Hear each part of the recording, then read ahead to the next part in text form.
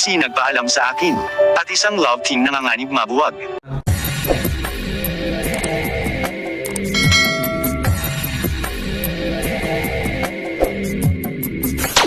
Alright, what's up mga tangay, mga alingap? Welcome back. This is my YouTube channel, Katangay PLC. Isang mapagpala araw, mata, good morning, good afternoon, at good evening. At may love shoutout sa ama na kalingap kay Kuya Bal Santos Matubang.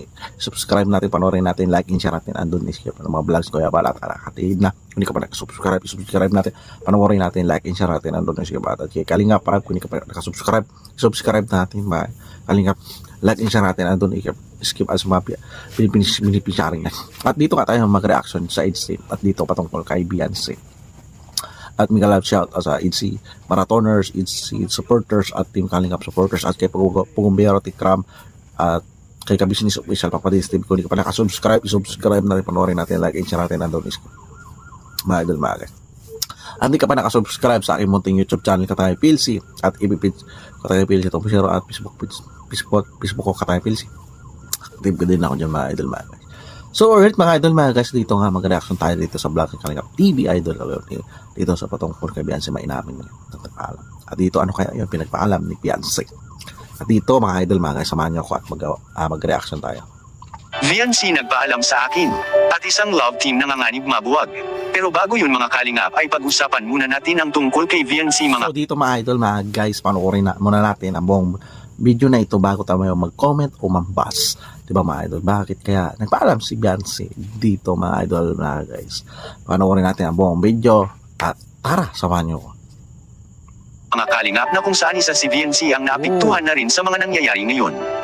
Pati na ang mama ni VNC mga Kalingap ay apektado na rin sa nangyari sa kanyang anak. Bakit nababash si VNC na wala na... So ready mga idol mga guys, nakaraan ito at gawa natin na. So isa sa mga iniiwasan Kalingap Prab ay mabas ang pamilya na beneficiary na kami Kalingap Angel. At alam natin naman ito, iniiwas Kalingap Prab na binabanggit niya ito mga idol mga guys. Ang purpose lang ni Kalingap Prab, hindi masira yung pamumuhay ng isang beneficiary nila. Dito ay upang tulungan, mapabahayan at mabigyan ng scholar si Beyonce, di ba mga idol mga guys? Dahil nasasaktan si Kalingap Prab kapag ganito nakikita yung beneficiary niya binabas, di ba? Kaya minsan kapag napapanood natin si Beyonce ay hindi natin napanood yung umaabot ng 3 weeks o isang buwan inabot, ay iniiwas ito ni Kalingap Prab sa mga issue dahil yung mga pamumuhay ng magulang ng beneficiary o mga beneficiary ay nahalungkat, di ba mga idol mga guys, ng mga basher, di ba? Mga pinag-usapan nila. Tuloy natin. Ang ginagawang masama ang bata. Sino bang magulang ang hindi masasaktan kung anak niya na mismo ang napag-uusapan? Kaya isa rin ito sa nagtulak na ang kaso ay dapat seryosohin nila ito mga Kalingap at nang magkaalaman na talaga. Kung sino dito mga idol mga guys, so karapatan ng magulang ni Beyonce na kung hinahamak na yung kanilang karapatan, privacy, diba mga idol, dinadamay na sila sa social media na wala naman sila nakalam-alam dito sa social media, diba mga idol. So maganda yan, masampulan kung magbigay ng action sila Beyonce, pamilya niya, sila Kalingap Prab, mga idol, ay inalungkat yung pamumuhay nila yung private life nila, mga idol. Although nasa social media, pero yung iba iba na yung nagpanira na, di ba, nakalungkat na ng na issue, di ba mga idol mga guys. Sino ang may karapatan na manahimik at mananagot sa pangyayari ngayon? Hindi ito maganda para kay VNC mga Kalingap dahil maaring maapektuhan ang kanyang pag-aaral nito dahil sa nasaktan rin si VNC sa natanggap nitong mga hindi magagandang salita. Maaari posibilidad mga idol mga guys, maapekto yung pag-aaral dahil ni Beyonce, dahil yung pamilya na nadadamay. Imbis okay lang sa kanya, Kalingap okay lang, ay yung pamilya na nanahimik yung pamilya niya, makapamuhay ng malaya, kaso nadadamay sa social media, di ba mga idol? Dahil dito sa mga tao nanghahalungkat ng wala namang silang malungkat sa pamilya ni Beyonce, di ba mga idol mga guys, para makaroon lang ng issue, ma-issuean lang, di ba? Kaya may kasabihan, inggit pikit nila kay Beyonce dahil grabe yung nangyari sa buhay ni Beyonce, di ba mga idol mga guys? Kaya marapat lang talagang itutuloy nila ni tatay ang kanilang kasong isasampa. May napag-alaman po tayo mga Kalingap na itutuloy talaga ang kaso laban sa mga nambalahura kay VNC. Talagang masusubukan ng taong ito mga Ito, nabanggit, sinuportahan na ng magulang si Beyonce na nambaluwara sa kanya. So, karapatan din ng pamilya ni Beyonce na nasuportahan si Beyonce. Dahil, siyempre normal yan, masasaktan sila. Dahil, iba na rin yung paninira o masakit na mga salita, di ba mga idol, mga guys? Kung sino man yun aksyonan nito, sana wag nang pamarisan, di ba mga idol, mga guys? kalingap dahil itutuloy ang kaso. Aroy. Hindi naman sana ito aabot sa ganito kung hindi lang sana nakisaw-saw at gumawa ng mga isyu tungkol kay VNC na wala namang katotohanan. Walang kalaban-laban si VNC dahil nga wala itong sariling channel at wala pa ito sa tamang edad. Oh. E sino ang magtatanggol kay VNC? Walang iba kundi ang Totoo yan. Walang challenge si Beyonce. Yung iba naninira, ginagamit yung pangalan ni Beyonce, pamilya ni Beyonce pagkakaitaan. So, maganda, mabigyan rin ng leksyon. Di ba, mga idol, mga guys? Dahil kumikita sila, sinisira yung pamilya ni Beyonce, pamumuhay ni Beyonce, yung galawan ni Beyonce. So, maganda. Maging leksyon ito sa mga vlogger o gumagamit sa social media na hindi naman nila nakasama sa personal ang buong pamilya ni Beyonce o si Beyonce, di ba, mga idol, mga guys? So, maganda yan, ma-actionan para hindi na pamarisan, di ba, mga idol, mga guys? ang ni VNC at ang Team Kalingap at ang mga nagmamahal kay VNC. At kabilang na rin dito ang DSWD mga Kalingap na kung saan si VNC talaga ang mapapanigan sa DSWD mga Kalingap dahil si VNC ay minor de edad pa ito. Samantala, si Kalingap Rab ay naawa at na-stress na rin sa pangyayari. Naipagsabi ni Kalingap Rab kamakailan mga Kalingap tungkol sa mga antay ng Kalingap na sila talaga ang nagpa-stress kay Kalingap Rab ngayon.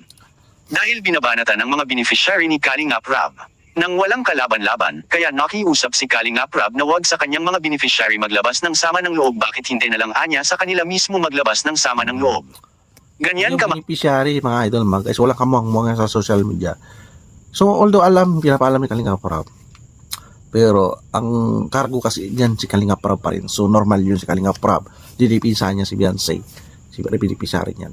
At dito nga, naramdaman natin kapag ganitong mga senaryo na pag binabas ang mga beneficiary Kalingap Rab, nasaktan si Kalingap Rab, di ba mga idol, mga guys? Ay purpose lang din ni Kalingap Rab may matulungan sa ginawa, sa kahirapan yung mga beneficiary tulad ni Beyonce, di ba mga idol, mga guys? mahal ni Kalingap Rab ang kanyang mga beneficiary mga Kalingap. Ayan. Dahil lahat yan iniingatan talaga niya yan inaalagaan at hindi niya matanggap na basta-basta na lang itong pagsalitaan ng mga hindi magaganda. Siguro may malalim rin na dahilan kung bakit nagawa ito ng nambalahura kay VNC. Matatawag na rin natin ito mga Kalingap na isang person of interest. Dahil below the belt na talaga ang ginagawa niya at kaya nakapagpas siya ang pamilya ni VNC na magsampo sila ng kaso at tutuhanin nila ito. At sa kabilang dako naman mga Kalingap, isang love team nasa panganib na matigil. Yun, alright. Ito mga idol, mga guys. Anong love team ito? Nanganganib. So tuloy natin. Sino kaya itong love team na ito? Yan ang ating malalaman na ngayon mga Kalingap. Ang love team ni Edo at VNC mga Kalingap ay nasa panganib at bakit? Dahil ito ang pinaka main reason kung bakit si VNC mga Kalingap balak nilang pabagsakin. Gusto nilang mabuwag ang tambalan. Mayroon gusto magbuwag, mayroon nag-question. So at least na-handle ni Kalingap Rab na maayos yung issue na, di ba mga idol, mga guys?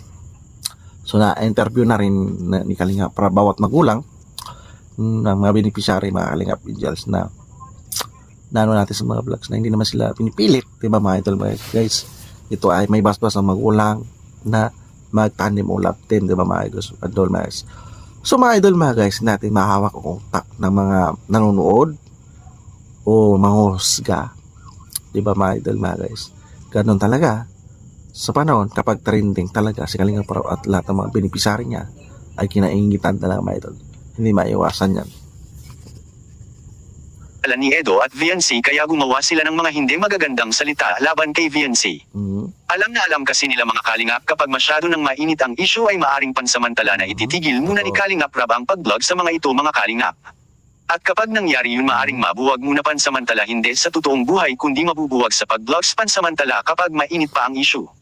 Dahil kapag ganyan ay palalamigin muna ni Kalingap Rab ang mga mainit pang issue mga Kalingap bago balikan. Maaring ganito ang mangyari sa EDSI kapag nagpatuloy pa ito dahil si Kalingap Rab mismo awang-awa talaga siya kay VNC at sa kabilang dako naman mga Kalingap, VNC nagpaalam.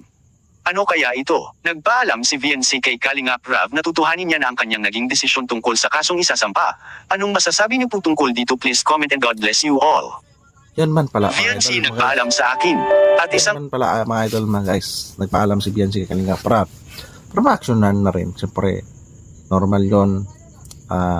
Siyempre hindi yan magtigil mga idol mga guys kapag hindi masampulan yung naninira. So alright mga guys, mga idol, mga idol, yung reaction, pagbisita na kay Kalingap TV, ito vlogs niya kay Tix Raider lang ito, ay ang galing ng ano niya, paggawa ng reaction din. So mayroon talagang magaling dyan sa Tix Raider mga idol, mga guys, hindi yung nakikita mo. So alright mga idol, mga Kalingap, kung hindi ka pa nakasubscribe kay Kalingap Prab, subscribe na rin, like and share natin, skip pa sa kay Kuya Bal. Kung hindi ka pa nakasubscribe, subscribe na rin, like and share natin, skip at yatin na, kung hindi ka pa nakasubscribe, subscribe na rin, like and share natin, skip at mega love shout sa team Kalingap supporters, kids supporters, marathoners, mega love shout at hindi ka pa nakasubscribe sa aking munting YouTube channel, mag-subscribe ka na para update ka sa upload reaction ko. At hindi ka pa sa Facebook ko Katayo PLC, ipipage ko Katayo PLC 2.0, mag-follow ka na para update ka sa mga upload at update ko dyan. So alright, maraming salamat po sa panonood mga Kalingap, at see you sa next reaction ko, at lagi tayo mag-ingat. Adios, bye bye.